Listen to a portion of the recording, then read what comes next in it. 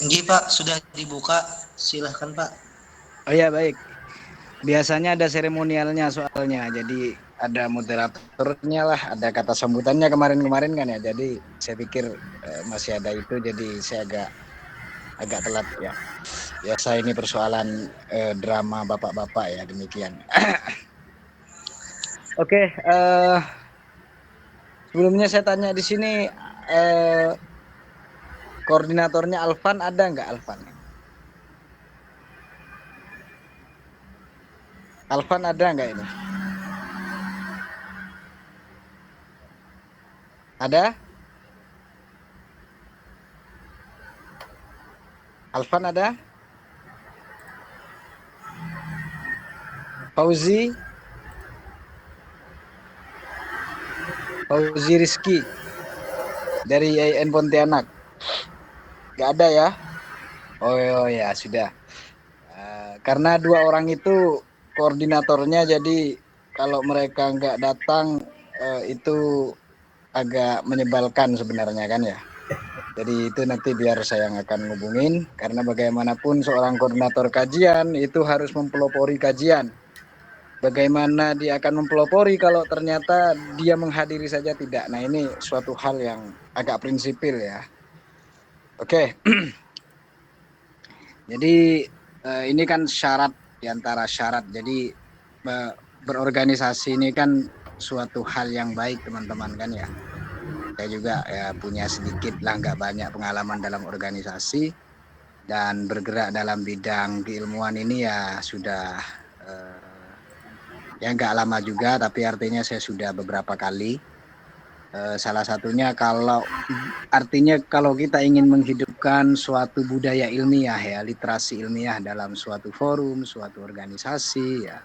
Apalagi memang organisasi kemahasiswaan ya, memang itu matra ilmiahnya salah satu matra yang paling penting tuh untuk mengukur perbedaan antara organisasi kemahasiswaan dengan organisasi non kemahasiswaan, tentu saja pada budaya ilmiahnya gitu ya, bukan pada yang lain. Sehingga kalau itu nggak jalan ya berarti organisasinya ya sama saja dengan organisasi yang lain. Dan tentu bagi pengurus sekalian ini yang paling penting juga ya, untuk memberikan warna misalnya untuk membudayakan kajian, tapi pengurusnya sendiri tidak bergairah dengan kajian itu. Nah, ini akan jadi problem ya, itu akan jadi problem yang ya, kita ibaratkan kita adalah seorang pelaksana dalam satu organisasi atau dalam satu perusahaan, tapi kita sendiri sebenarnya tidak bergairah untuk menjalankannya, ya itu hanya akan menjadi formalitas belaka. Jadi saya anjurkan kepada teman-teman khususnya yang menjadi pengurus dan di bidang koordinator kajian ini untuk lebih aktif dan lebih bergairah supaya tujuannya nyampe gitu. Itu saja yang paling penting, karena itu prinsipil bagi saya. Baik, kita mulai kajian kita pada malam hari ini. Sebentar, masih ada chat yang perlu saya balas.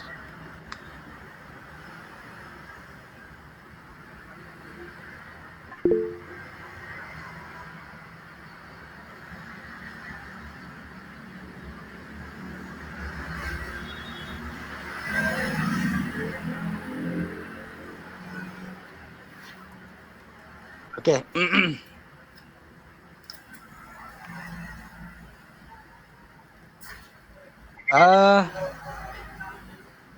Baik, kita mulai saja. Mana ininya, tolong share screen pengurus yang berwenang untuk kitabnya agar bisa diikuti bareng-bareng sama teman-teman yang lain.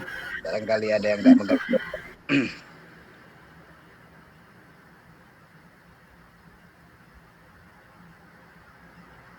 Ya.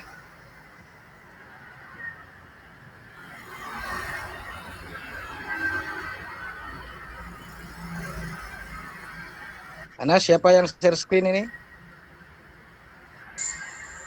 Yang share screen-nya itu operator Pak. Namanya Andita dari Antasari. Sudah ya. Oke. Saya harus cari posisi sinyal yang agak baik. Ini sudah baik. Bismillahirrahmanirrahim. Assalamualaikum warahmatullahi wabarakatuh. Waalaikumsalam warahmatullahi wabarakatuh. Wassalatu wassalamu ala Rasulillah wa ala alihi wa sahbihi wa mawalah. Wala haula wala quwata illa billah. Alhamdulillah teman-teman sekalian, pada kesempatan malam hari ini kita masih bisa melanjutkan kajian kita yang berkaitan dengan cabang-cabang ulumul Quran, dan pada kesempatan malam hari ini kita akan sama-sama mengenal apa yang disebut dengan sababun nuzul ya. Sababun nuzul. Di mana-mana dalam kajian ulumul Quran, sababun nuzul ini selalunya menjadi satu topik pembahasan yang sangat vital karena memang dia adalah bagian yang paling dasar dalam aktivitas memahami ataupun menafsirkan Quran ya. Sehingga kalau orang tidak menguasai asbabun nuzul, maka berarti nanti dia jadi dia tidak punya alat untuk melihat suatu teks gitu ya. Baik, kita baca teks yang sudah tersaji di hadapan kita ini dari kitab Zubdatul Iqon. Bismillahirrahmanirrahim. Alhamdulillahirabbil alamin wassalatu wassalamu ala asyrafil anbiya wal mursalin sayyidina Muhammadin abil qasimil amin wa ala alihi wa sahbihi ajmain. Subhanaka la ilma lana illa ma 'allamtana innaka antal alimul hakim wa tub 'alaina innaka antat tawwabur rahim. Rabbi shrah li sadri wa yassir li amri wa hlul 'uqdatam min lisani yafqahu qawli bi rahmatika ya arhamar rahimin. Qala al-musannifu radhiyallahu anhu wa nafa'ana bihi wa bi ulumihi wa maddana bi madadihi wa anwarihi wa asrarihi fid dharain amin. Ma'rifatu asbabin nuzuli. Bab ini akan mengulas tentang asbabun nuzul. I'lam anna nuzul al-Qur'ani ala qismaini. Qismun nazala ibtidaan wa qismun nazala aqiba waqi'atin aw su'alin. Turunnya Al-Quran, jadi setiap ayat dalam Quran ini kan ada proses revelasinya, jadi ada proses pewahyuannya, ada proses turunnya. Yang dimaksud dalam revelasi ataupun turunnya Quran dalam konteks ini adalah ini ya, tanzil atau bukan inzalnya, tapi karena kalau inzal itu Al-Quran turun sekaligus dari Lauh Mahfud ke Baitul Izzah. Sedangkan tanzil itu adalah momen di mana Al-Quran itu dicicil turunnya sampai ke Nabi Muhammad Shallallahu Alaihi Wasallam, itu dicicil. Jadi ada proses tadrijul wahyi, itu adalah ketika Al-Quran turun dari langit yang disebut Baitul Izzah ke hati ataupun dada Nabi Muhammad Shallallahu Alaihi Wasallam. Itu yang jadi pembicaraan tentang asbabun nuzul itu berbicara bukan dalam konteks inzal, tapi dalam konteks tanzil, di mana Al-Quran turun secara perlahan kepada Nabi Muhammad sesuai dengan perkembangan nubuah beliau ya, perkembangan dinamika nubuah beliau, perkembangan dan dinamika risalah beliau ya, yang bisa dibagi dalam dua fase, ada yang makki, ada yang madani. Kemarin saya sudah beberapa kali jelaskan itu. Jadi Quran ini secara umum proses tanzil ataupun turun secara bertahap kepada Nabi Muhammad dalam 22 tahun Quran ini itu bisa dikelompokkan dalam dua kategori. Satu, ada yang ayat-ayat Quran yang turunnya ibtidaan. Ibtidaan ini tanpa konteks historis di belakangnya ya. Sedangkan yang satunya lagi adalah nazala akiba waqi'atin aw su'alin. Ada ayat Quran yang memang turun, ada latar historisnya. Jadi ada latar belakangnya. Kemudian ayat itu turun. Entah itu menjawab pertanyaan, menjawab tantangan, mengurai suatu masalah, atau Nabi sedang dalam kondisi tertentu ya, sedang dalam kondisi tertentu, kemudian ayat itu turun untuk menyapa Nabi, menguatkan Nabi, dan seterusnya dan seterusnya. Oke, kita lanjutkan. Wakot ini apa hurufnya itu? Oh ya, waqad tatabba'al ulama'u al-qismat tsaniyah wa sannafu fihi kutuban makhsusatan. Bayyanu al-ayati allati nazalat bisababin wa bayyanu dzalika sababa wajtahadu fiha ijtihadan balighan. Para ulama dari masa ke masa ya, ini banyak mencurahkan fokusnya kepada bagian kedua ini. Karena kalau Al-Quran, ayat Quran atau surat yang nazala ibtidaan, yang turun tanpa sebab ya turun saja karena memang sudah demikian ya, dan itu banyak sekali surat dalam Al-Quran yang nazala ibtidaan ya, turunnya itu tanpa ada sebab nuzul sejatinya. Dan itu para ulama membiarkan ayat-ayat yang demikian sebagaimana aslinya.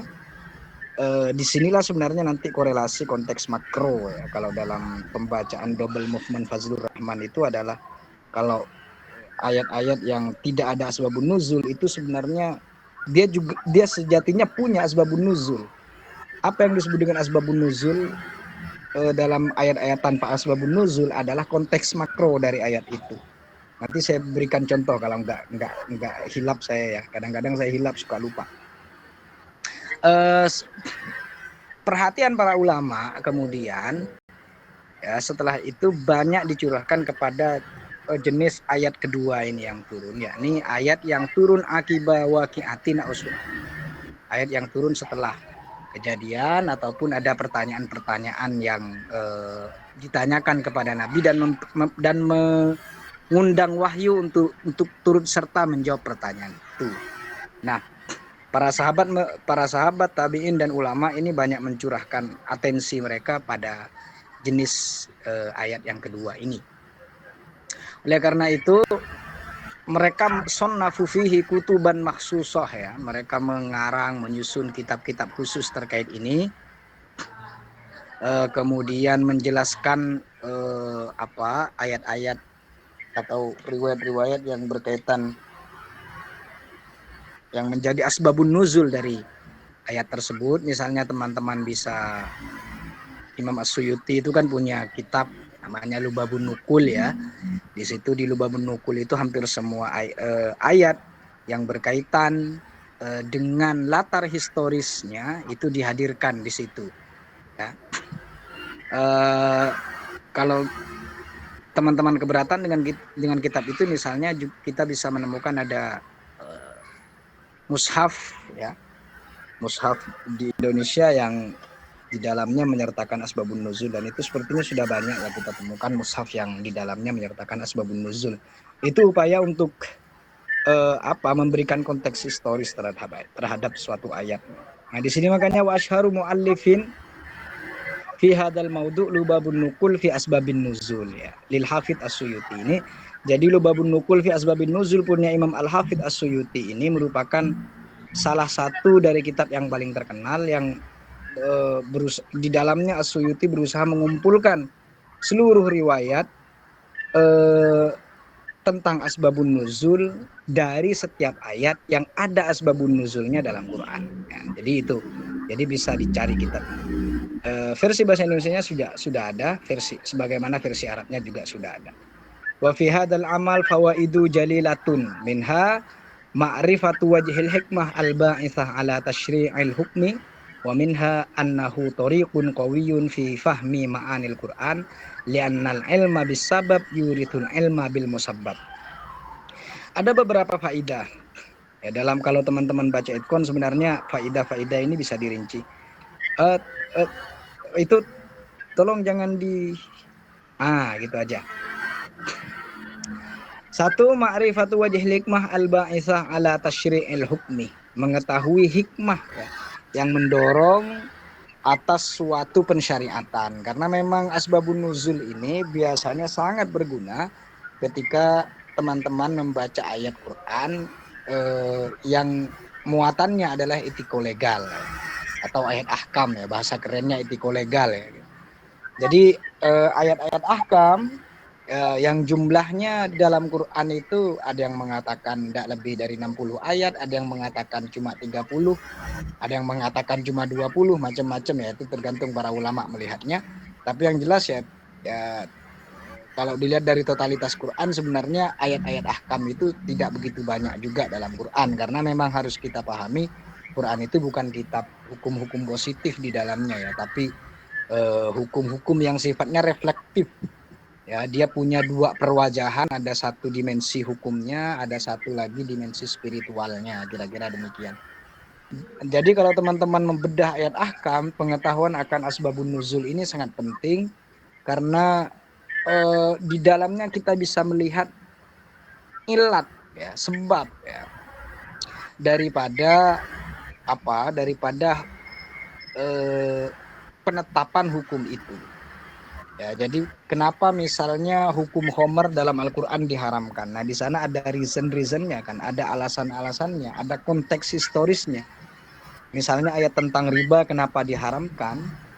Kita bisa melihat juga konteks historisnya. Seperti apa riba yang disinyalir oleh Quran pada abad itu, gitu, pada abad 7 ya. Seperti apa fenomenanya? Kemudian kenapa Quran kemudian dengan sangat keras mengutuk itu? Kemudian beberapa ayat hukum lain misalnya tentang tayamum ya kan, kemudian tentang beberapa hukum hudud ya, penal kode misalnya kisos, ataupun kemudian had peminum homer, had qadzaf dan lain-lain, itu semuanya bisa kita lihat dia memiliki latar historis ya, dia memiliki latar historis, sehingga dengan demikian kita bisa mengetahui lebih mendalam kenapa hukum itu kemudian dibunyikan oleh Quran. Nah, ini kira-kira yang pertama. Jadi selain kita bisa mengetahui ilat dari asbabun nuzul, kenapa suatu hukum itu kemudian disyariatkan? Karena kita tahu kan ilat ini adalah sesuatu yang sangat vital dalam istinbat hukum. Oleh karena itu dalam kaidah usul itu terkenal misalnya al-hukmu yaduru ma'illatihi wujudan wa adam. Jadi hukum itu dia yaduru ma'illatihi, dia bergerak dinamis sebagaimana sebagaimana illatnya juga dinamis. Ketika illat tersebut hilang ya, maka otomatis hukum menjadi hilang. Misalnya illat dari khamar kenapa diharamkan adalah dia memabukkan. Ketika unsur memabukkan hilang, ketika homer berubah misalnya menjadi cuka, tahollul, ya maka illatnya juga hilang, sehingga hukumnya juga hilang. Jadi diantaranya mengetahui illat suatu hukum itu akan kelihatan dari dalamnya. Kemudian ada juga asbabun nuzul ini juga dapat menggambarkan kepada kita hikmah dari hukum. Ada perbedaan antara hikmah dengan illat. Karena kalau hikmah ini bahasa falsafatul hukmi, ya, bahasa filsafat hukum, tapi kalau illat itu bahasa hukumnya. Nah, ya, jadi oleh karena itu dalam usul fikih kita tahu bahwa hikmah itu tidak bisa diganti ya, dia tidak bisa dijadikan sebagai objek vital dalam hukum. Oleh karena itu misalnya ilat diperbolehkannya seorang musafir untuk berbuka puasa ya. Kenapa orang musafir itu boleh tidak puasa? Karena ilatnya adalah safar, perjalanan ya. Karena ilatnya adalah perjalanan, sehingga ketika seorang melakukan perjalanan maka dia diperkenankan untuk tidak berpuasa. Kenapa? Karena ada ilatnya. Apa itu? Perjalanan. Sedangkan misalnya dia rupa-rupanya ya, karena apa? Karena itu sesuai dengan falsafah tasyri'. Salah satunya adalah menghilangkan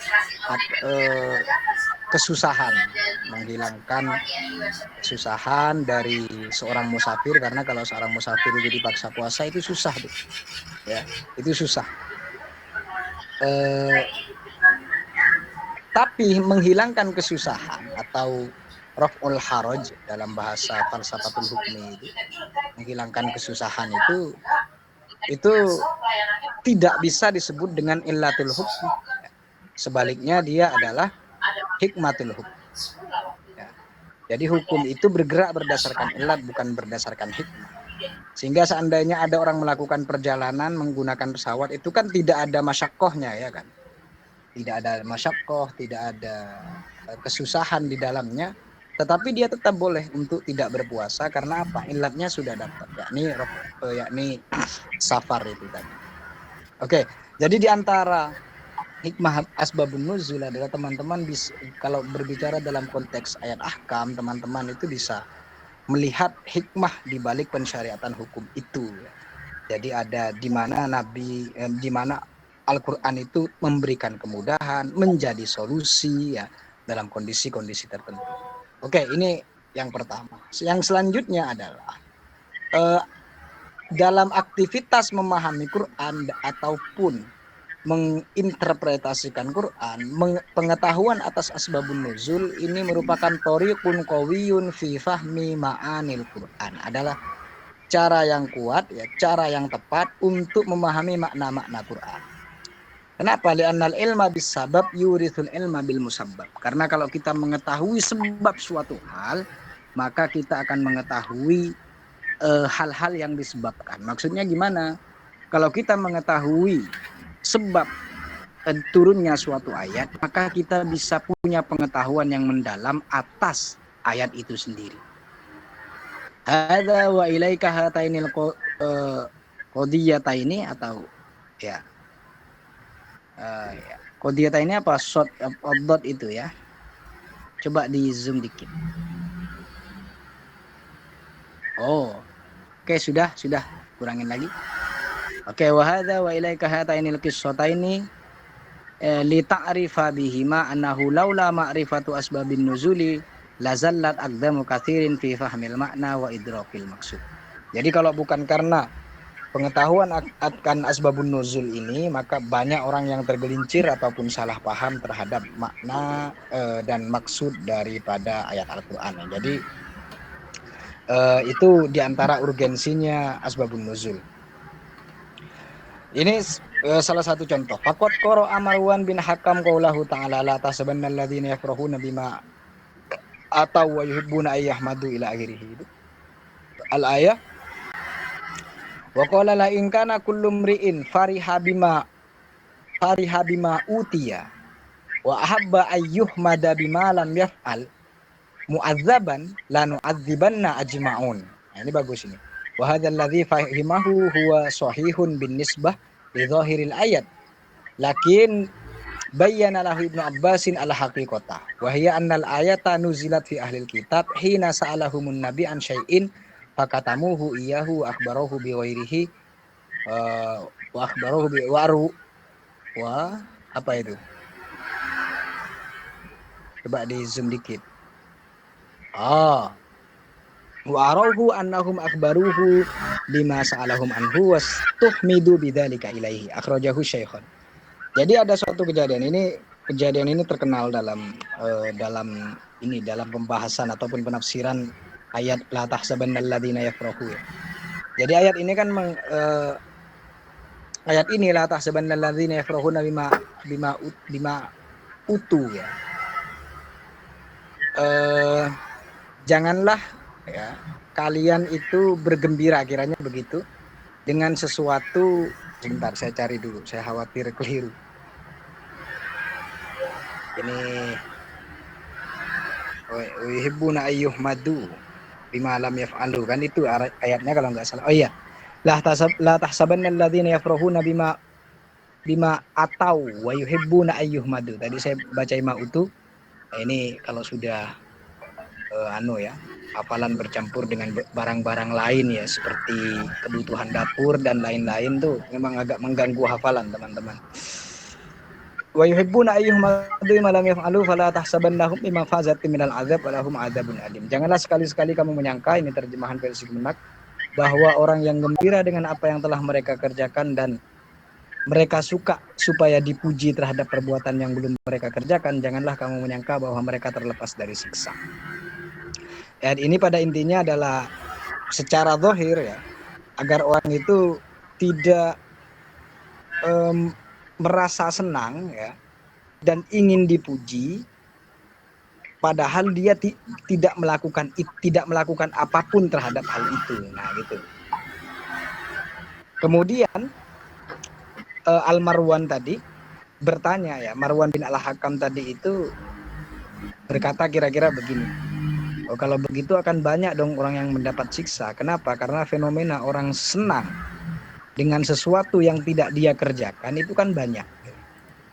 Kemudian Ibnu Abbas meluruskan ini, tidak demikian, karena sungguhnya ayat ini turun kepada ahli kitab ya, di mana Nabi bertanya kepada mereka tentang suatu informasi, kemudian mereka menyembunyikannya, dan kemudian orang lain mengabarkan tentang hal itu, lalu mereka merasa senang, padahal bukan mereka yang memberikan informasi terhadap Nabi. Ya, oleh karena itu ini kan orang yang semacam ini kalau dalam hadis Nabi itu disebut dengan kalabisi thawbaizurin.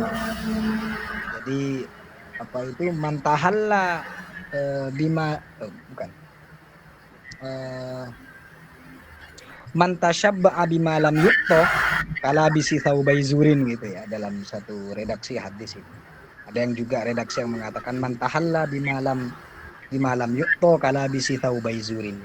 Orang yang merasa kenyang padahal dia tidak makan, atau orang yang berhias ya padahal dia tidak menggunakan apapun, itu sama dengan menggunakan dua pakaian dusta. Oleh karena itu mantasyabba'a bima lam yuqta kalabisi thawbaizurin ya. Orang yang merasa merasa kenyang, merasa puas padahal dia belum menerima apapun, itu sama saja dengan orang yang menggunakan dua baju kedustaan. Nah, ini kira-kira sama dengan fenomena orang ahlul kitab yang ketika ditanya informasi oleh Nabi, mereka menyembunyikan itu. Kemudian ada orang yang memberikan informasi kepada Nabi, mereka juga ingin dipuji. Nah, itu. Mereka juga ingin dipuji seolah-olah mereka juga turut serta memberikan informasi itu pada Nabi ya. Nah, ini kala bisi thawbaizurin orang semacam ini. Orang yang menggunakan dua pakaian dusta. Satu, dia dusta karena seolah-olah merasa telah melakukan itu padahal tidak sama sekali. Kemudian mereka merasa bahwa Nabi mendapatkan dari itu padahal tidak sama sekali. Oleh karena itu Marwan bin Al-Hakam ini ketika membaca ayat ini dia berkesimpulan berarti akan banyak dong fenomena semacam ini gitu ya. Fenomena yang semacam ini di mana orang merasa berbahagia, merasa ingin dipuji, merasa layak dipuji, padahal mereka tidak berbuat apapun terhadap hal tersebut. Nah, oleh karena itu Ibnu Abbas di sini menegaskan tentang pentingnya memahami ayat ini dan kepada siapa ya ditujukan. Informasi yang semacam ini menegaskan tentang betapa urgennya asbabun nuzul itu agar orang tidak salah dalam menginterpretasikan ayat ataupun meresepsinya. Wallahu syai'un. Oke, ini kira-kira gambaran dari asbabun nuzul kita yang kita bahas pada kesempatan hari ini. Secara umum teman-teman sekalian, persoalan asbabun nuzul ini kan persoalan klasik ya. Secara umum dia ada sebenarnya apa sih asbabun nuzul itu? Ini saya berikan refleksi umum saja supaya kita gambaran yang lebih baik ya. Karena penjelasan di dalam kitab tadi ya memang murni khas pembahasan ataupun penjelasan ulama-ulama klasik. Sebenarnya apa sih yang dimaksud dengan asbabun nuzul ini? Apa sebenarnya yang terekam ya? Kenapa para ulama dari masa ke masa yang menggeluti Quran itu senantiasa menjadikan asbabun nuzul itu sebagai prioritas utama, bahkan dia adalah kunci dari interpretasi Quran. Seolah-olah orang yang tidak mempelajari asbabun nuzul itu tidak bisa memahami Quran. Ya. Sebenarnya apa yang direfleksikan? Asbabun nuzul ini adalah ingatan kolektif umat muslim awal ya tentang historisitas Quran sejatinya. Jadi ingatan kolektif mereka terhadap ayat-ayat Quran itu memang luar biasa, sehingga bagi mereka hal-hal yang historis yang menghiasi suatu ayat itu, ya, itu adalah bagian integral yang tidak bisa dipisahkan dalam aktivitas memahami Quran. Ya, walaupun kemudian kita akan mengetahui bahwa tidak semua asbabun nuzul itu bisa dipakai. Selain misalnya karena ada problem sanad, ya kan, kemudian itu nanti akan mengalami tankih, akan mengalami tahrij berkali-kali sehingga suatu ternyata asbabun nuzul itu tidak sebanyak itu misalnya. Kenapa? Karena setelah ditahrij misalnya memang tidak semua asbabun nuzul sahih. Ya, harus kita akui itu karena dia riwayat, ya tidak sebagaimana riwayat itu ada yang sahih, ada yang hasan, ya ada yang dhaif, bahkan ada yang maudhu. Oleh karena itu sebenarnya sebagai sebuah informasi dia mengalami seleksi juga. Dia mengalami seleksi yang ketat dari para ulama. Kemudian kalau teman-teman baca misalnya dalam muqaddimah atau dalam ulumul Qur'annya at-Tabatabai, ya, mufassir Syiah, tapi dia punya metodologi interpretasi yang menurut saya sangat baik, ya, sangat baik dalam pendekatannya ketika membaca Quran. Itu salah satunya Allamah Tabatabai. Teman-teman nanti bisa baca misalnya di bagian muqaddimah awal ataupun di buku ulumul Qur'annya tentang asbabun nuzul. Jadi beliau misalnya mengatakan bahwa beliau tidak bersikap skeptis atas asbabun nuzul, tetapi memberikan garis yang jelas kapan kita harus menggunakan asbabun nuzul. Ayat yang ada asbabun nuzul, ya kadang-kadang asbabun nuzul itu tidak merefleksikan apapun gitu, atas teks. Ya. Dia hanya menceritakan kejadian yang secara, karena yang ingin dicapai oleh asbabun nuzul versi Tabatabai itu adalah setiap ayat yang disebut asbabun nuzul itu memang harus memberikan bukan sekadar informasi historis atas ayat gitu ya, tapi dia juga harus punya satu hal yang bisa membuat ayat itu terpahami, membuat ayat itu relevan. Nah, ini secara lebih mendalam begini. Misalnya kita tahu bahwa asbabun nuzul surah Al-Kafirun itu adalah tentang penawaran orang-orang kafir Quraisy, ya, agar Nabi mau sedikit berkompromi dalam mendakwahkan tauhid. Akhirnya dilakukan penawaran-penawaran wanita, ya kan, harta dan seterusnya sampai mereka menawarkan kompromi teologis, sesuatu yang sangat ketat dalam Islam, ya. Oke, itu secara historis demikian. Tetapi apakah itu kemudian dapat mengantarkan kita kepada the deeper meaning, ya, atau makna terdalam dari teks? Ya, tentu ayat keterangan tersebut tidak cukup. Sehingga kita perlu menggali lebih dalam daripada sekadar informasi asbabun nuzul itu. Walaupun tentu tidak semua ayat yang bisa dilepaskan dari asbabun nuzul ini. Karena memang misalnya dalam konteks kesalahan Marwan bin Al-Hakam dalam menginterpretasikan ayat itu yang barusan kita diskusikan, itu adalah hal lain, ya kan. Itu dimensi lain yang menunjukkan betapa urgennya asbabun nuzul. Tapi dalam konteks kedalaman pencarian akan makna, ya, di sini sumber-sumber riwayat seperti asbabun nuzul, ya, itu bukan menjadi sumber yang elementer lagi, tapi dia semacam dia bagian dari informasi yang mungkin tidak berkaitan langsung dengan proses interpretasi kita. Oleh karena itu kemudian para ulama, ya, yang kalau kita lihat saat ini, ya, misalnya para mufassir, bahkan saya melihatnya jauh lebih awal. Misalnya kita melihat misalnya Fakhruddin Ar-Razi, ya, penulis tafsir besar Mafatihul Ghaib, itu dia menampilkan asbabun nuzul itu benar-benar seperlunya, padahal itu tafsir besar sekali, ya. Bahkan ada sebagian Az-Zahabi itu mengatakan bahwa dalam tafsir Mafatihul Ghaib itu kullu syai'in siwa tafsir, gitu kan. Di dalamnya itu memuat semua cabang pengetahuan kecuali tafsir itu sendiri, ya. Itu sebenarnya kan satir karena betapa banyaknya pengetahuan yang berusaha dimasukkan oleh Ar-Razi untuk menjelaskan suatu teks. Jadi karena memang untuk menjelaskan suatu teks itu dia perlu perangkat banyak pengetahuan yang bukan cuma sekadar rekaman historis atau yang terwarisi melalui asbabun nuzul kepada kita. Nah, sehingga cara para ulama dalam hal ini ulama-ulama yang lebih mengedepankan penggalian makna secara mendalam ya. Penggalian makna secara mendalam itu memang tidak menjadikan asbabun nuzul itu sebagai prioritas utama dalam memahami ayat itu kecuali memang sangat diperlukan. Kecuali memang sangat diperlukan dan berkaitan dengan upaya menganalisisnya secara lebih dalam. Saya beri contoh misalnya di dalam menafsirkan surah Qul huwallahu ahad. Qul huwallahu ahad ini Al-Ikhlas ya. Itu kan ada sebabun nuzulnya itu.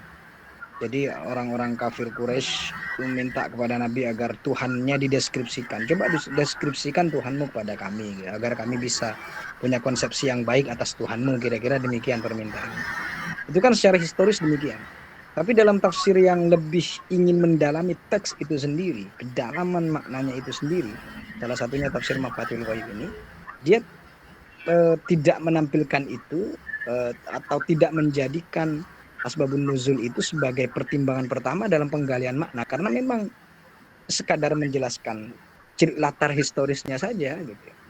Dia cuma sekadar menjelaskan latar historisnya saja. Sebaliknya dia justru masuk lebih dalam tentang rincian-rincian ataupun pembuktian secara logis apa yang dimaksud dengan Allahu Ahad, Allahus Samad, lam yalid walam yulad walam yakul lahu kufuwan ahad, dan seterusnya dan seterusnya.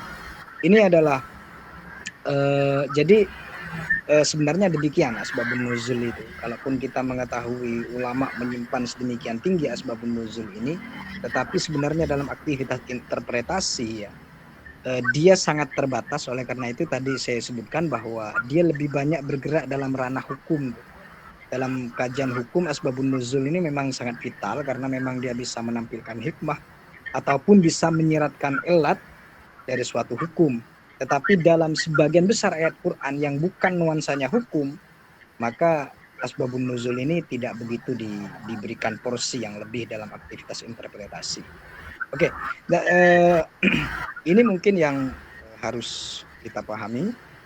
Sebagai catatan akhir, tadi saya sebutkan bahwa asbabun nuzul ini adalah menunjukkan historisitas Quran. Jadi betapa Quran ini sangat historis, sehingga yang bisa kita petik adalah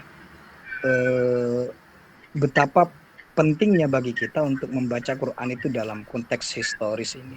Baik historis yang terjadi di masa lalu ataupun historisitas yang terjadi pada saat kita membaca teks itu. Dan ini yang banyak digunakan oleh para sarjana Quran modern ketika mereka membaca asbabun nuzul, itu tujuannya adalah menemukan historisitas kita saat ini dengan cara melihat bahwa setiap ayat Quran yang ada asbabun nuzulnya itu turun dalam konteks yang spesifik ya, baik mikro ataupun makro. Kemudian kita tarik kembali ke hari ini untuk menguji ataupun mencari historisitas kita. Jadi bisa dilihat tadi setidaknya saya kelompokkan, saya menguraikan beberapa makna tadi itu tentang asbabun nuzul, bagaimana para ulama meresepsikan. Di awal-awal penafsiran asbabun nuzul itu adalah penjelas atas konteks ayat ya, sehingga dia sangat vital posisinya. Kemudian bergeser ke era mutaakhirin ya. Ar-Razi itu sudah masuk mutaakhirin ya, itu harus diingat tuh. Jadi dia bukan ulama salaf ya, itu mutaakhirin, klasik dalam Islam ya, tapi masuknya sudah mutaakhirin. Karena dia kan hidup sekitar abad 6 kalau nggak salah, abad 6 dan abad 7 ya. Jadi itu sudah masuk kategori mutaakhirin, itu jauh lebih kreatif dalam menggunakan asbabun nuzul ya. Kalau bisa dianggap dia sangat kreatif, sehingga posisi asbabun nuzul itu sudah bukan lagi primer dalam menafsirkan Quran. Makanya bisa dilihat bagaimana At-Tabari ya, perbedaan At-Tabari dalam menyajikan tafsirnya, Ibnu Katsir dalam menyajikan tafsirnya, dan posisi asbabun nuzul di masing-masing dua tafsir itu, bisa tarik kemudian kepada Ar-Razi yang sudah masuk mutaakhirin, dan bagaimana kemudian posisi asbabun nuzul dalam tafsir Ar-Razi itu dan ulama-ulama yang seterusnya, yang mereka menjadikan asbabun nuzul itu sebagai komplemen, ya, penjelasan yang sifatnya komplementer saja, tambahan untuk memperjelas teks, konteks dan lain-lain, itu saja. Mungkin ini saja untuk sebagai pengantar, nanti selebihnya teman-teman bisa berdiskusi. Yang lebihnya saya mohon maaf, saya kembalikan pada moderator. Baik, karena sudah selesai di Bapaknya, kita akan membuka sesi diskusi. Apakah para peserta ingin mendiskusikan atau menanyakan sesuatu kepada materi kita malam ini? Dipersilahkan.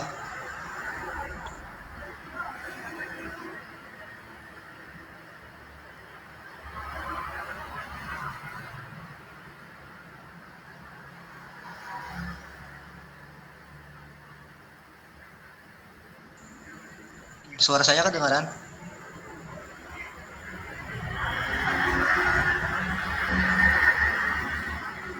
Baik, kita buka sesi diskusi. Silakan untuk bertanya atau diskusikan dari materi ini. Persilahkan.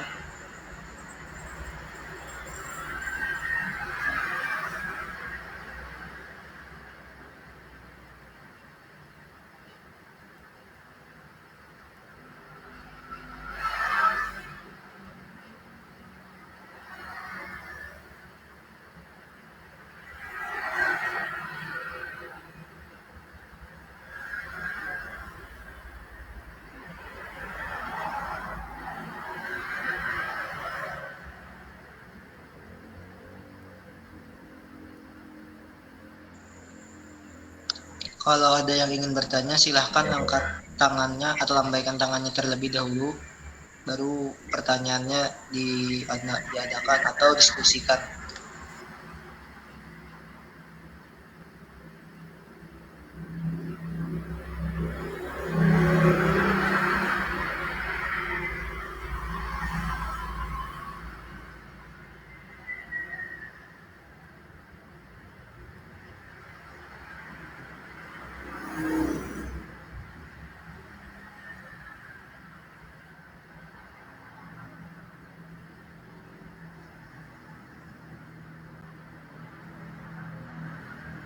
Ini yang tak bertanya nih antara ngerti dan tak ngerti sebenarnya ini Ustaz. Coba dipancing-pancing oleh moderator nih supaya ada pertanyaan-pertanyaan yang timbul-timbul pertanyaan gitu bahkan. Kemungkinan besar ada yang tidak mengerti lah gitu dengan pembahasannya. Dipancing aja mungkin oleh moderator gitu. Betul enggak Ustaz? Ya, terima kasih masukannya kepada Kakak Arifin. Mungkin Ya, kalian ya. Bagus tuh saran dari siapa tadi tuh? Saudara Arifin. Oh, Saudara Arifin. Ya, bagus tuh masukan dari Saudara Arifin itu ya. Itu masukan yang sangat bagus tuh. Itu berkualitas emas tuh barusan tuh.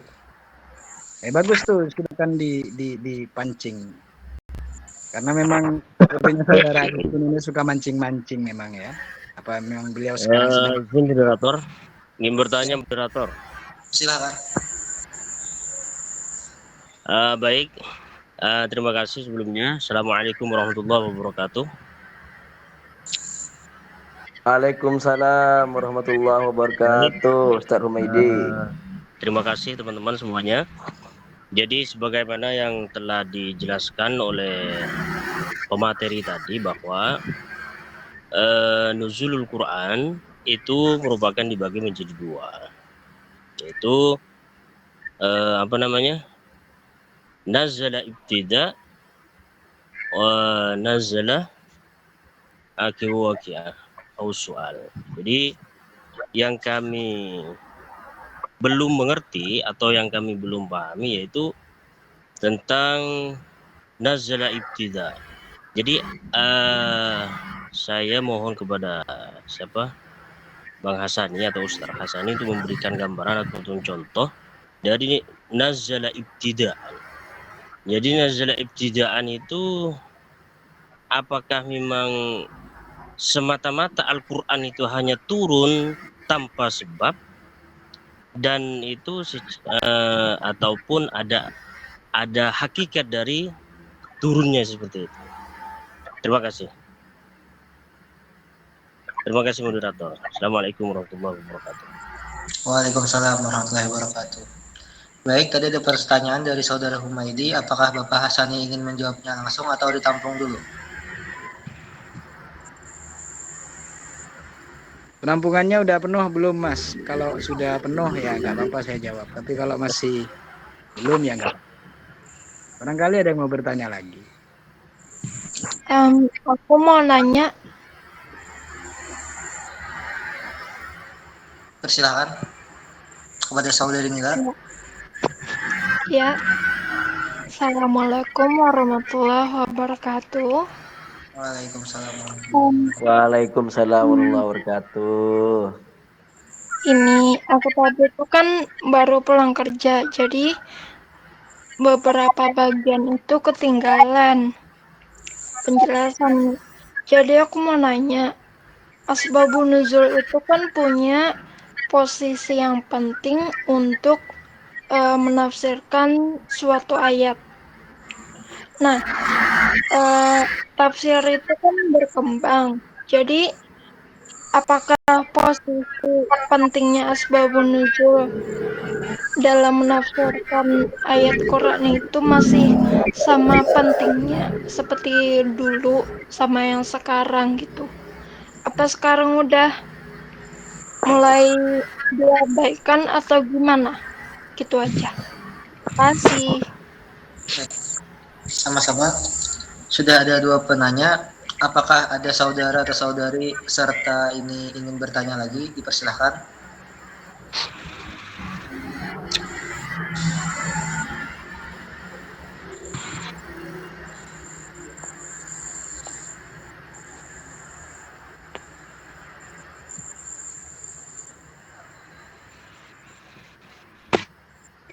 Berjalan saja moderator berjalan saja. Nanti mungkin ada pertanyaan-pertanyaan lagi ketika di pertengahan perjalanan gitu.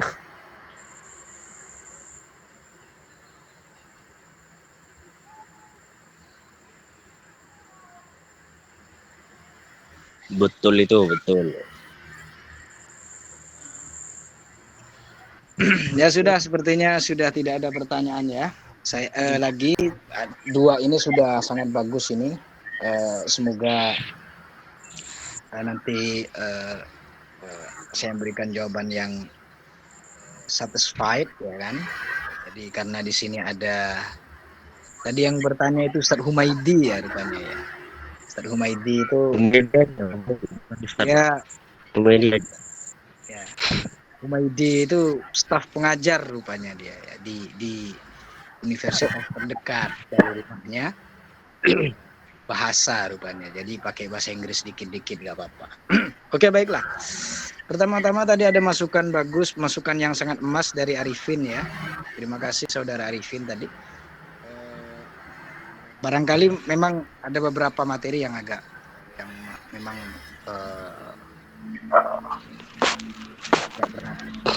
berat itu karena memang ini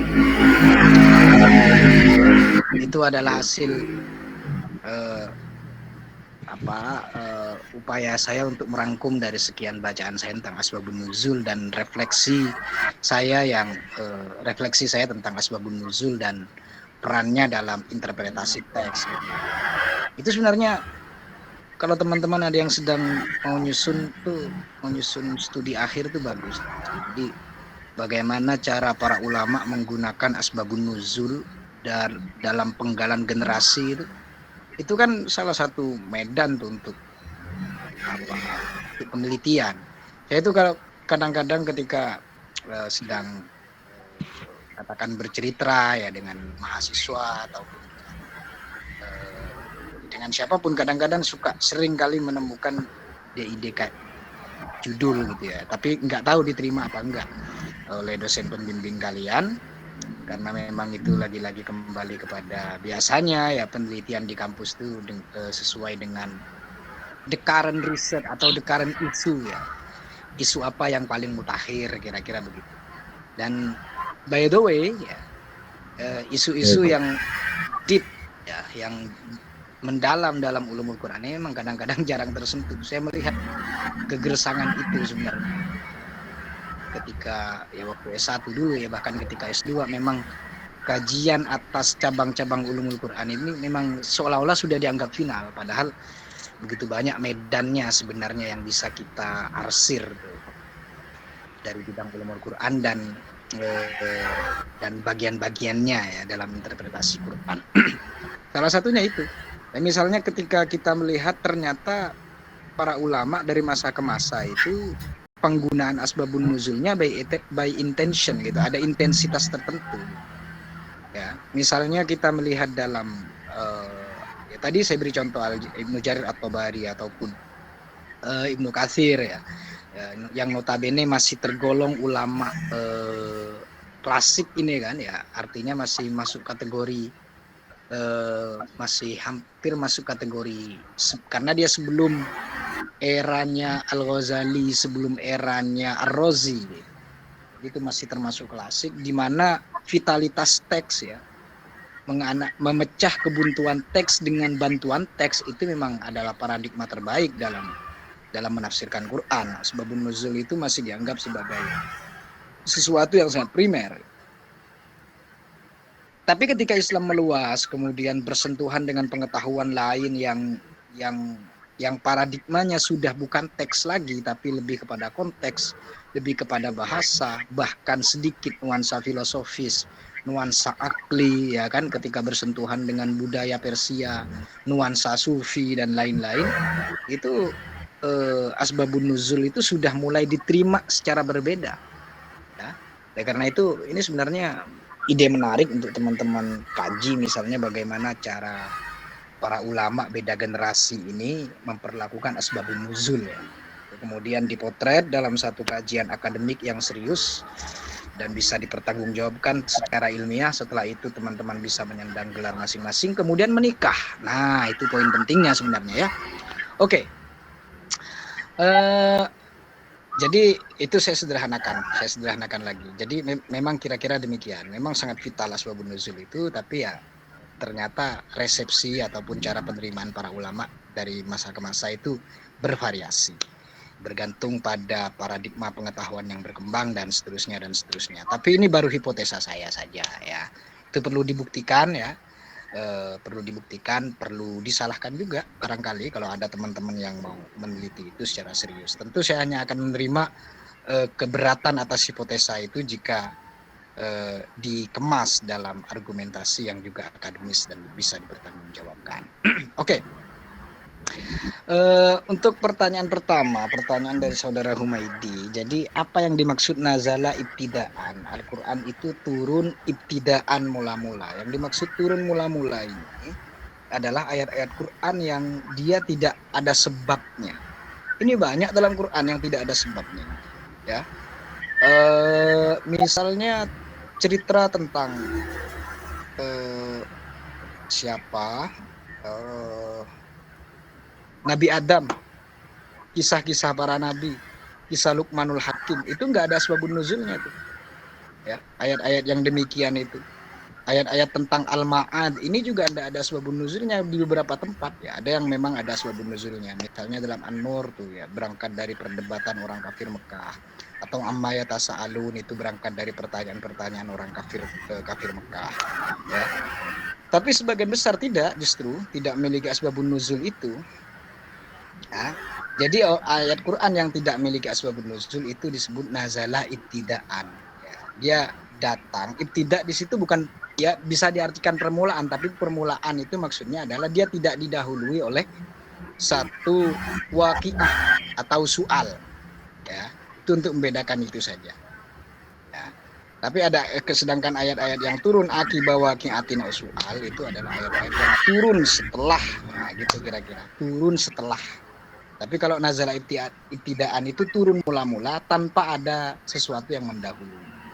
Nah, itu yang saya maksud dengan nazala ibtidaan dengan akibat. Sebenarnya ini persoalan yang persoalan yang karena para ulama itu lebih banyak mencurahkan pada yang sedikit itu tadi, karena yang ternyata yang tidak ada asbabun nuzulnya itu lebih banyak. Tidak ada asbabun nuzulnya itu lebih banyak dan para ulama tidak memberikan itu.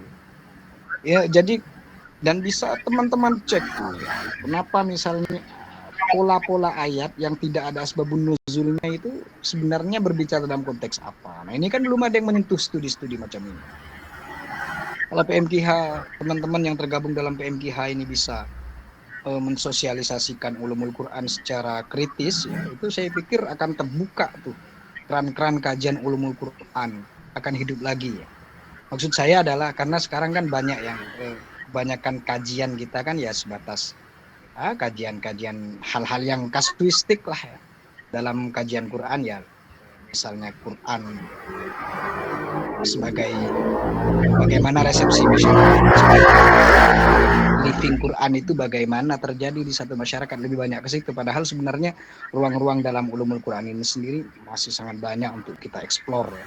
Dia bukan suatu keilmuan yang statis ya, dia dinamis ya. Tergantung gimana cara kita mengembangkannya, cara kita mengemasnya, itu saja. Oke, itu mungkin untuk jawaban untuk Humaidi tadi ya, saudara Humaidi. Kemudian pertanyaan yang terakhir dari siapa tadi? Dari Kak Nilawati. Oh, dari Kak Nila ya. Ya.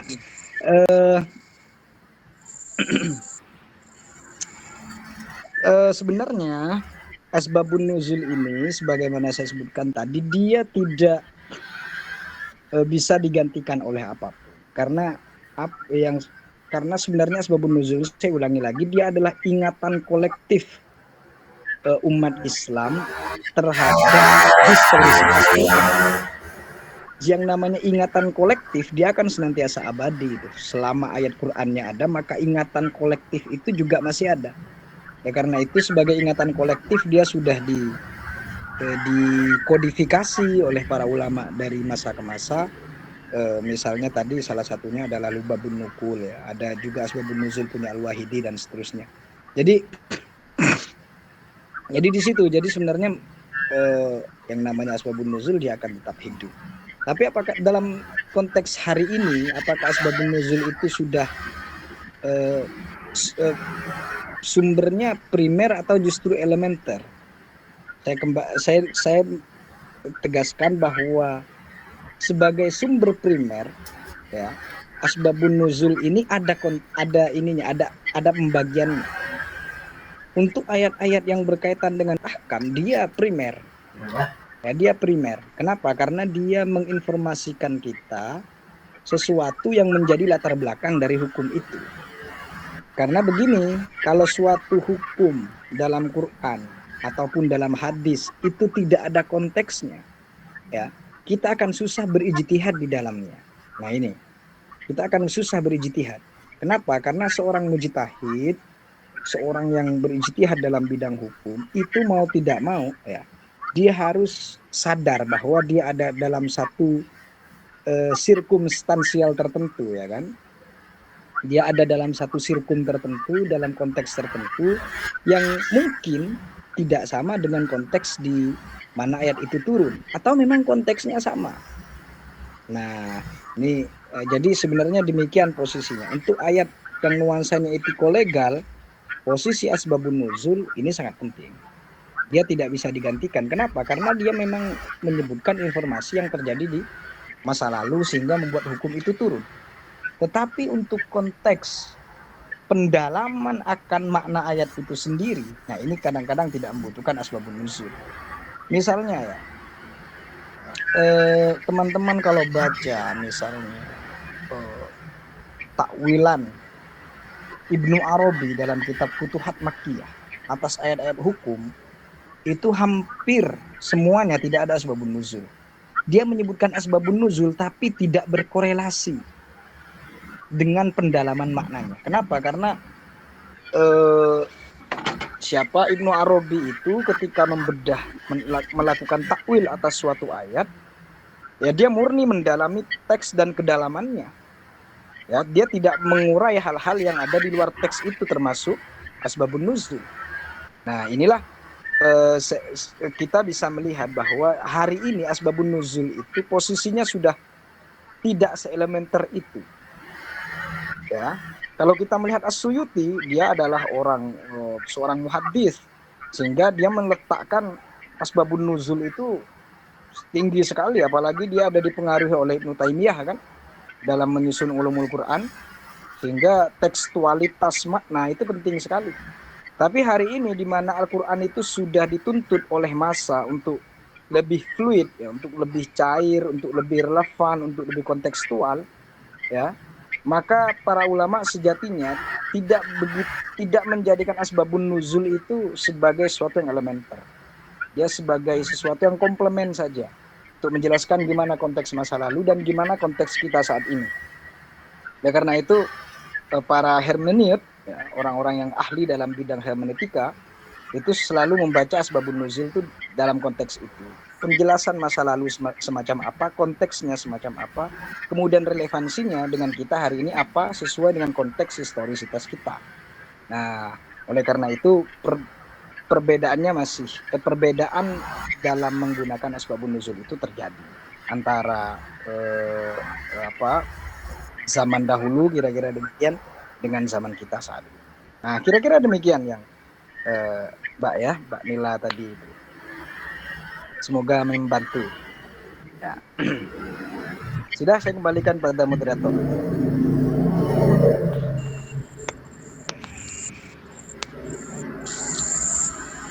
Baik, sebelum kita tutup, apakah ada pertanyaan lagi atau ingin didiskusikan mungkin terkait asbabun nuzul secara bertahap, atau bagaimana pendapat orang yang menganggap asbabun nuzul itu tidak relevan di zaman sekarang? Mungkin bisa ditanyakan saja, karena mengingat materi kali ini cukup lumayan berbobot. Jadi untuk diuraikan selagi ada yang ahlinya bisa kita bicarakan dan diskusikan.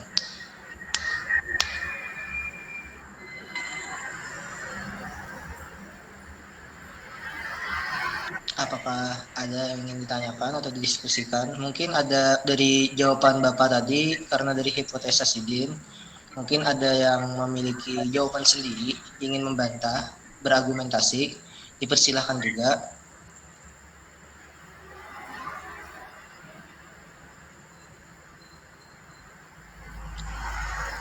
Kalau tidak ada, maka kita akan tutup sesi diskusi ini. Untuk penutup, saya kembalikan kepada Bapak untuk memimpin doa. Silakan Pak. Untuk membaca doa, silakan nanti dipimpin oleh Mas Moderator saja ya. Karena gelar saya SAG. Biasanya yang barangkali di sini ada yang SPD kan. Pak Humaidi itu rupanya SPD, dia sarjana pembaca doa ya kan. Jadi lebih cocok Ustadz Humaidi saja atau yang lain ya. Saya nggak biasa memimpin doa teman-teman. Oke, saya berikan closing statement saja, tapi mungkin nggak berkaitan langsung dengan materi. Ini untuk beberapa pengurus saja yang barangkali ada koordinator kajian yang sudah tergabung di sini. Jadi untuk turut serta ya dalam kajiannya supaya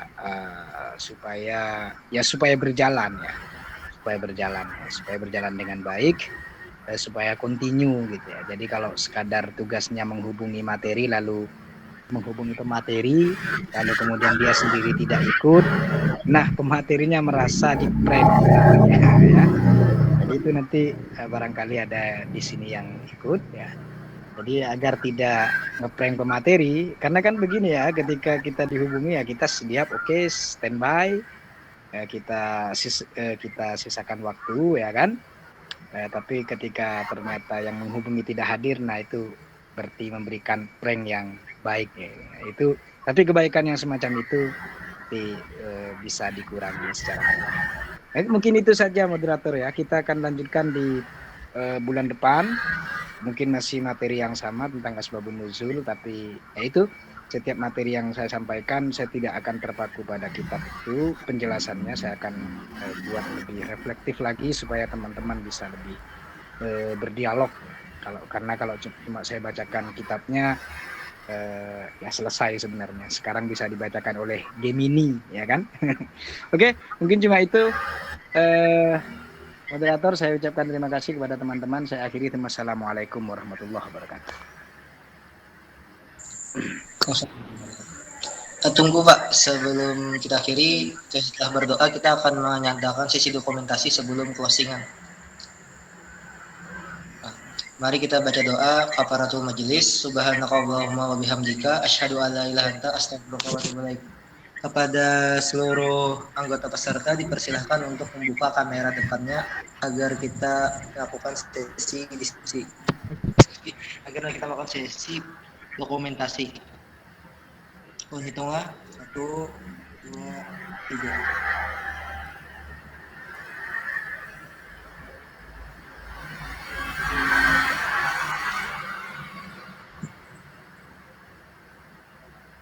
Satu, dua, tiga. 1, 2, 3.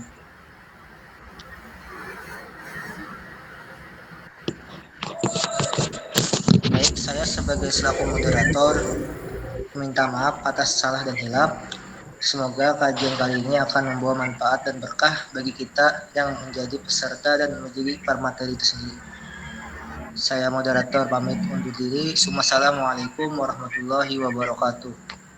Waalaikumsalam. Waalaikumsalam warahmatullahi wabarakatuh.